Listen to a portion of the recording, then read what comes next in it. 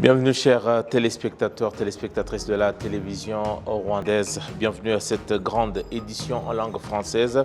À la présentation, je suis Edi Sabiti. Tout de suite, voici notre édition que nous allons commencer par l'actualité en place aujourd'hui avec les rencontres internationales du livre francophone qui reviennent pour la 3e édition au Rwanda. C'est une rencontre qui réunit plusieurs auteurs qui viennent de par le monde. Cet événement rassemble une trentaine d'écrivains rwandais et d'autres venus d'ailleurs pour discuter pendant 4 jours de l'évolution de leur carrière. Les détails ici avec Furaha Charlène et Jean-Paul Manirao. Finalement, l'opération turquoise. La 3e édition de Rencontres internationales du livre francophone du Rwanda a été lancée ce mercredi au Centre culturel francophone du Rwanda. Cet événement rassemblant 30 auteurs intervenant des 4 nationalités qui vont partager des sujets développés dans leurs livres et ouvrages. Ces rencontres ont comme objectif d'impulser une politique renouvelée des soutiens à l'économie et à la chaîne du livre du Rwanda, mais aussi de concevoir une plateforme d'échange entre les professionnels du livre en Afrique, tout en promouvant les valeurs de la francophonie. Parmi les invités de ces rencontres, il y a les profs Vincent Duclerc, historien, chercheur et spécialiste des génocides et des sociétés démocratiques, qui a présenté son livre intitulé « La France face au génocide des Tutsis, les grands scandales de la Ve République ». Il a indiqué au micro de RBA que ces livres mentionnent la nécessité de comprendre l'essence du génocide perpétré contre les Tutsis afin de prôner sur la vérité impartiale des faits et surtout de renforcer les relations entre le Rwanda et la France. Je pense que la relation aujourd'hui entre la France et le Rwanda, elle est fondée sur le partage de la vérité. C'est-à-dire qu'en fait, il y a une seule vérité, une vérité des faits, et cette vérité-là, ça je le dis solennellement, eh bien, c'est l'histoire, la vérité que connaissaient les Rwandais depuis 1994. Ils savaient la vérité et au fond, la France leur refusait cette histoire. Et parce que c'est la même en fait, eh bien, mon livre approfondit cette vérité des faits et donc montre quelque chose de tout à fait essentiel, c'est que la compromission des institutions en France, donc ce que j'appelle le grand scandale de la Ve République, comment effectivement une démocratie républicaine comme celle de la France, en fait devient, je veux dire, un régime autoritaire. Et donc cette compromission des institutions, donc ce grand scandale, aboutit pour le Rwanda eh bien, à faciliter, à accélérer et même à rendre possible le génocide contre les Tutsis. Donc c'est ça ma contribution. Et donc plus on travaille dans la vérité, plus finalement on construit l'avenir aussi de nos relations, de notre société, de nos sociétés. Ces rencontres visent également à créer un environnement phare au Rwanda afin de développer l'accès aux livres. Les écrivains rwandais, ainsi que plusieurs maisons d'édition rwandaises, affirment qu'un tel événement constitue une bonne plateforme pour développer leurs activités et construire un réseau de collaboration avec d'autres auteurs. Les rencontres internationales du livre vont également aborder d'autres sujets au cours des tables rondes, notamment de responsabilité de la France et de la communauté internationale dans les génocides perpétrés contre les Tutsis. Les directeurs du Centre culturel francophone du Rwanda, Johan Hillel Hamel, est du même avis et affirme que cette année est particulière car le Rwanda va commémorer pour la 30e fois les génocides perpétrés contre les Tutsis afin d'aider la nouvelle génération à mieux s'imprégner de l'histoire du pays, à inciter les jeunes à adopter la culture de la lecture dans leur quotidien. C'est une édition un peu spéciale parce que 2024 est une année très forte pour le Rwanda, mais aussi pour les relations franco-rwandaises. Parce que 2024, c'est les 30 ans de commémoration du génocide perpétré contre les Tutsis. Et il y a donc une actualité éditoriale très importante sur le génocide, de livres d'historiens, d'écrivains, mais aussi d'essayistes. Et ces rencontres, elles sont un temps où on se pose et on a invité beaucoup de ces écrivains pour revenir sur ce qui s'est passé. Ces rencontres internationales du livre francophone, qui sont organisées pour la 3e fois à Kigali, comprennent des tête-à-tête entre les écrivains et le public, des discours autour des tables rondes, des lectures et des divers spectacles. L'événement se déroule à quelques semaines de la 30e commémoration du génocide perpétré contre les Tutsis. Et ces rencontres se tiennent par ailleurs au cours du mois consacré à la francophonie. Charlène Foulara, pour la télévision rwandaise. Merci beaucoup donc à Charlène pour ce récit. Justement, à ce propos, nous sommes rejoints par la poète rwandaise Chantal Umuraza Essi, qui justement vient nous éclairer, qui participe également à ces rencontres. D'abord, bienvenue dans nos studios, madame. Merci, monsieur. Voilà, tout d'abord, les rencontres internationales du livre francophone qui se tient à Kigali. Cette plateforme, combien est-elle importante pour l'auteur, poète, en tout cas toute personne dans la littérature au Rwanda? Ah, merci beaucoup. La littérature, c'est une connexion avec l'humanité. C'est vraiment, je dis bravo à l'Institut français d'avoir organisé ça, c'est la 3e édition. Ça stimule l'envie de lire, si je peux commencer par là. Je pointe ma pensée aux jeunesses, l'écriture aussi, mais aussi ça ouvre une page pour rechercher sur l'histoire, parce que les écrivains, les auteurs, c'est les personnes qui mettent en lumière, en tout cas comme ils peuvent, sur une histoire personnelle, individuelle, communautaire, mais aussi sociétale, comme c'est en train de se discuter autour des tables rondes qui s'organisent au salon. Donc c'est une aubaine pour vous qui êtes du monde et surtout aussi les amateurs et les amoureux de la lecture. Alors parlons de vous et de votre genre de littérature. Et vous êtes poète déjà également. Pourquoi le choix de la poésie? C'est le choix qui m'a choisi. C'est pas moi qui ai choisi. J'ai senti une voix. Vous êtes une élue de la poésie? C'est un talent inné, oui, c'est ce que je peux dire.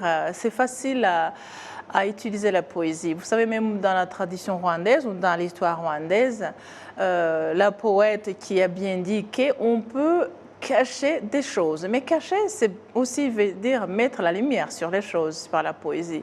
La poésie peut décrire les choses dures avec les mots doux ou l'inverse. Et donc, moi j'aime beaucoup. C'est la tonalité, c'est l'écriture qui se chante, qui se danse. C'est pour ça que vous voyez, on dit je suis danseuse aussi. Donc c'est pour ça que j'ai choisi la poésie. La poésie, elle vous a choisi, vous dites, mais si elle vous a choisi, c'est d'abord le Rwanda qui vous a choisi, qui vous a vu naître. On doit parler déjà de votre histoire personnelle. Vous êtes né il y a quelques décennies et justement, vous avez connu plutôt une enfance douce, innocente, jusqu'à ce que l'innommable arrive en 94. Déjà 94 qui représente beaucoup de choses par rapport à l'histoire du Rwanda. C'est le génocide commis contre les Tutsis, oui. Mais c'est également le Rwanda qui est passé d'un point à un autre. L'auteur, poète que vous êtes, ça a été un nouveau départ pour vous? Oui, c'est très bien de faire le lien à deux vies, je peux dire comme ça, l'avant et après. Le génocide, ça a été contre le tout, ça a été comme un pont dans notre vie quotidienne, dans notre histoire. Donc moi, j'ai grandi dans un village, vous dites innocente, et moi je décris comme un enfance mouvementé. Donc beaucoup de mouvements, beaucoup de hauts et de bas en famille. Mais ça, à cette époque, on ne trouve pas que c'est un problème. On se débrouille au quotidien pour vivre, pour faire les tâches ménagères ou pour être un enfant tout court. Et là arrive le génocide pour tout tuer, pour tout couper. Voilà. Alors, un départ commun. Moi, j'écrivais quand j'étais enfant sur tout ce que je trouvais, sur les feuilles, sur ma peau, par terre, sur les murs. Et avoir traversé ce pont du génocide qui coupe notre vie en deux, j'ai trouvé que je pouvais décrire ce que je vivais avant, ce que j'ai vu pendant, mais aussi ce que j'appelle après. et que je nomme dans mon livre que la vie continue. Voilà, votre livre justement dont on va parler, intitulé La jeunesse rwandaise. Il va falloir dire que jeunesse rwandaise, vous faites allusion à votre jeunesse, vous faites allusion au Rwanda, à la société, à votre environnement, mais il faudra aussi dire que ce n'était pas ça votre idée première par rapport parce qu'en faisant quelques petites recherches à gauche, à droite, ce n'était pas ça le titre au départ que vous avez souhaité. Pourquoi le changement du titre? Ah, bravo! J'allais le dire, vous avez tout dit. Oui, quand j'ai commencé à écrire, j'avais une crainte ou une peur que ma culture va mourir finalement. Parce que celui qui a voulu tuer un peuple, qui a voulu chambouler la nation, a voulu tuer les traditions, la culture. Et je sentais qu'il y a une façon de se saluer qui n'était plus ce que je connaissais à l'enfance, Muraho Namahoro. Donc je voulais appeler mon livre Muraho parce que pour moi, ça sent, comment dire, c'est très fort comme salutation. Et en discutant avec l'éditeur, elle a dit, mais Muraho, personne ne va comprendre. Donc il a choisi une jeunesse rwandaise. Alors là, le titre, l'éditeur, vous avez discuté par rapport au titre et au public surtout? C'était par rapport au public, oui, à vos lecteurs? Oui, mais aussi peut-être la vente. Ou au message que vous vouliez faire véhiculer? Le message, ce n'était pas vraiment la jeunesse. Mais bon, quand on prend le livre, on se dit, je m'y intéresse, mais à la jeunesse, quelle jeunesse? C'était l'époque, est-ce que je n'allais pas parler de la jeunesse? Mais peut-être le fait que je sois jeune et que je parle de ma vie personnelle, parce que c'est un récit, ça c'est ma façon d'écrire, c'est un récit. Et donc, il a fallu que je comprenne que ça peut coller avec le message que je veux transmettre, que les gens comprennent. Ça a marché. Donc, le nom a bien collé au livre. Mais dans le livre, c'est cette mise en lumière de ce que je voulais exprimer, la vie au village, la vie pacifique, le peuple paisible qui ont été vraiment interrompus, même, comment dire, interrompre, voilà, une vie courante et puis qui a été coupée en deux par rapport au génocide perpétré contre les Tutsis. Voilà. Est-ce qu'aujourd'hui, rwandaise que vous êtes, la littérature, la poésie vous a-t-elle permis de repartir et de redevenir vous-même ou de vous recréer et voilà, d'avoir un espoir en l'avenir aujourd'hui, 30 ans après le génocide perpétré contre les Tutsis, parce que ces rencontres également interviennent dans cette période. C'est si important de le rappeler. Oh, merci beaucoup. C'est un point très important. Souvent, j'interviens pour parler de l'art pour guérir, ou l'art pour réparer, l'art pour soulager, l'art pour s'exprimer tout court. Avant d'écrire, je me sentais que j'étais vraiment à 1000 morceaux. Donc, il aurait fallu ce chemin, le voyage en moi, le voyage en retour à ma société, retour aux sources, chercher les inspirations, visiter les lieux, pour que je me recolle, pour que je me resserre, pour que je devienne moi-même. Et quand on écrit, ce n'est pas une histoire d'une nuit, d'un jour, d'une semaine, c'est vraiment ce voyage. Et j'aime bien l'appeler un voyage qui répare. Donc, la littérature, c'est important dans une société déchue, par rapport à l'information, par rapport au partage, mais vraiment, j'aime bien ce côté réparateur. Et peut-être pour aussi revenir à vous, Chantal Umuraza, vous parlez d'une jeunesse rwandaise, vous êtes rwandaise vous-même, née au Rwanda, au sud. Oui. Mais une chose qui frappe directement l'œil du journaliste que je suis, d'abord Chantal Umuraza et puis Essi, pas forcément un nom de la région. Pourquoi le choix des Essi? Essi, c'est un... Comment c'est intervenu d'abord d'avoir... J'adore. Oui, ce n'est pas un secret, j'aime beaucoup. Essi, c'est un prénom ghanéen. ghanéen. Je l'ai reçu par les amis de la famille. Okay. Excusez-moi. Et à l'époque où on dit Oumourazza Maria Chantal, et dans la carte d'identité c'était mal écrit, donc il fallait choisir. Et comme j'avais ça ici, je me suis dit, ah bon d'accord, il faut que je décide. Aussi, en étant Ça a une auteur. signification particulière ici? Oui, ici c'est le fait que vous êtes née dimanche et que vous êtes une fille au Ghana. Je suis une Africaine. Donc, je l'ai accepté comme un cadeau et je voulais faire une différence par rapport à l'art.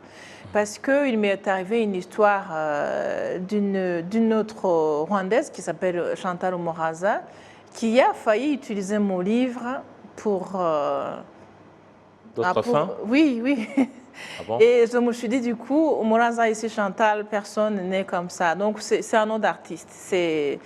Je ne pense pas qu'il y en aura deux. C'était une protection. Donc, c'est un prénom qui me sert, mais que j'aime beaucoup. Voilà. Oui. Et peut-être aussi pour terminer, le métier de poète, justement, la littérature de manière globale, est-ce que c'est un métier qui fait vivre aujourd'hui au Rwanda ou en Afrique de manière générale? Est-ce que les auteurs, les poètes et autres vivent de l'art? Oui, les grands écrivains, ils vivent de ça parce que c'est leur métier, ils payent les impôts par rapport à ça.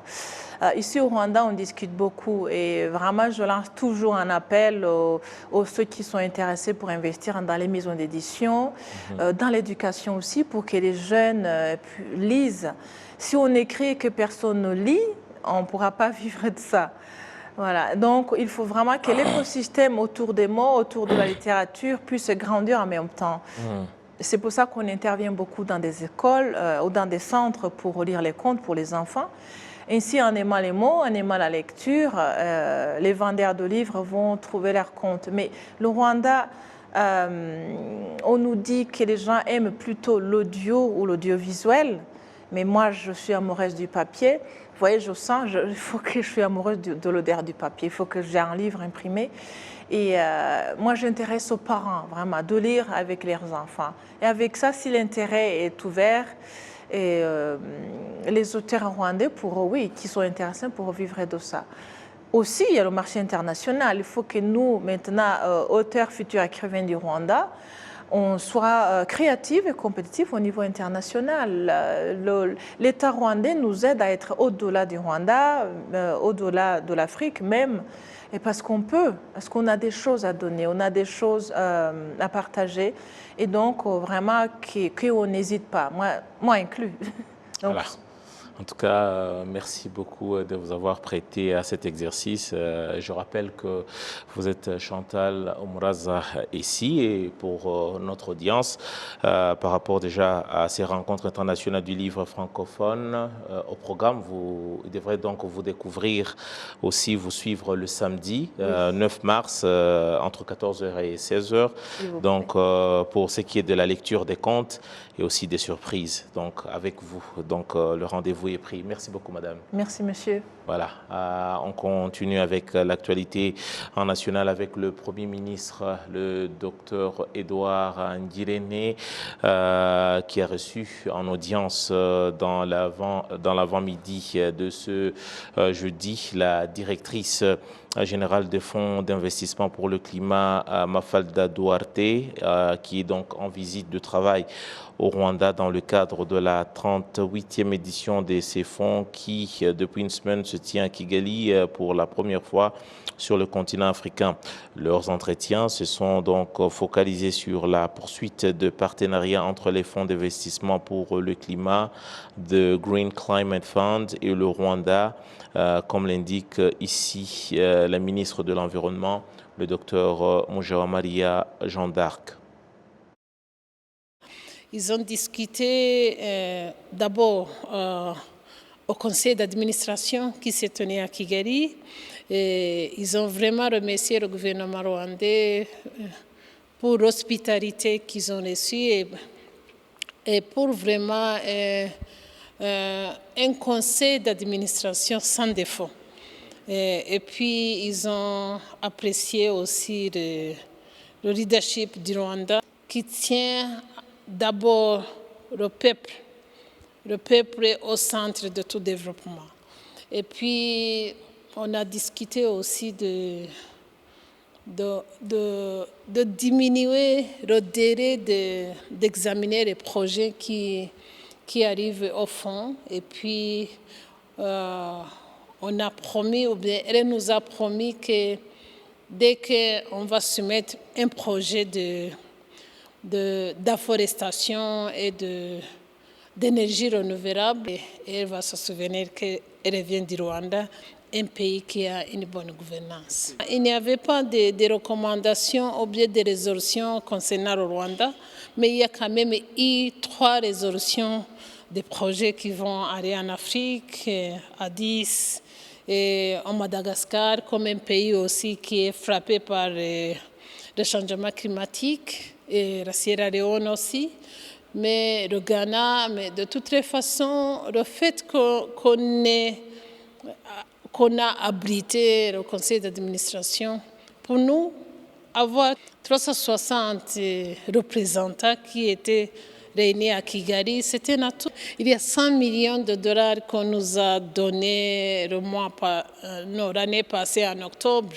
Donc, on ne pouvait pas espérer qu'on va encore nous donner l'argent. 100 millions de dollars pour les projets d'aménagement du territoire de la partie ouest du pays, la partie sud du pays, la partie nord. Donc, il faut vraiment qu'on partage avec les autres. Et puis, passage de flambeau de la présidence du réseau africain de la commande publique RACOP entre la Côte d'Ivoire et le pays de 1000 collines, je cite le Rwanda, qui a été élu ce jeudi pour un mandat d'1 an au cours de l'Assemblée générale, laquelle se tient dans la capitale rwandaise Kigali. Les détails ici avec notre confrère Kassim Youssouf. La directrice générale en charge des marchés publics au Rwanda, Uwingene Joyeuse, dit qu'au cours de sa présidence de ce réseau, le Rwanda va déployer des efforts dans la promotion de la technologie dont on se sert, dans l'élaboration des marchés publics et dans la formation des pays membres afin qu'ils puissent acquérir l'intégrité en matière de passation des marchés publics. La présidente sortant du réseau africain de la commande publique, l'ivoirienne Diomande Né Bamba Massanfi, a fait savoir que les réalisations acquises au cours de son mandat devraient être multipliées pour que les pays membres puissent acquérir davantage de connaissances dans l'élaboration et la passation des marchés publics. Nous avons pu demander au commissaire aux comptes de faire l'état des lieux des finances du réseau, et ce rapport a été présenté à l'occasion de l'Assemblée générale qui a eu lieu à Abidjan. Et nous avons essayé de responsabiliser chaque coordonnateur régional, ce qui n'était pas le cas durant les 3 années de pandémie. Lorsque nous avons arrêté le plan d'action pour l'année 2023 à Abidjan, comme je le disais tout à l'heure, chaque acteur, chaque coordonnateur régional a connu le plan d'activité qui lui incombait et les délais dans lesquels il devait les rendre. Et le bilan aussi nous a permis de faire une révision du statut du réseau. Parce qu'il y avait certaines dispositions du statut qui n'étaient plus adaptées aux réalités du moment. Et le bilan nous a permis de faire non seulement la relecture des statuts, mais encore des règlements intérieurs. Et la mandature nous a permis de pouvoir faire plus de sessions en ligne que par les mandatures précédentes. Madame Diomande Né Bamba Massanfi a félicité le Rwanda pour avoir eu la confiance d'autres pays membres qui l'ont plébiscité afin d'assurer la présidence du réseau africain de la commande publique RACOP et a demandé que les réunions ultérieures soient l'occasion d'échanger les idées et d'améliorer là où subsistent des lacunes. Elle a en outre félicité la façon par laquelle le Rwanda a adopté la technologie dans la passation de marchés publics et a souhaité que ce procédé puisse se répandre également dans d'autres pays.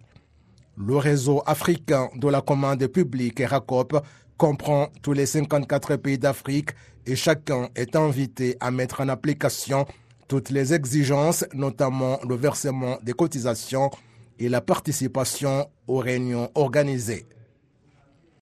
Merci beaucoup à Kassim Youssouf. Parlons partenariat entre les Émirats arabes unis et le Rwanda qui, ce jeudi, ont signé des accords de partenariat dans le domaine de l'éducation du côté du Rwanda. C'est le ministre des Affaires étrangères et de la coopération internationale, le docteur Vincent Biruta, qui a posé sa signature, et celui-ci est revenu sur le contenu des accords dont les points importants sont axés notamment sur la collaboration dans les recherches scientifiques et le renforcement de capacités, et surtout à établir une base dont la jeunesse peut se servir pour faire intégrer au niveau global.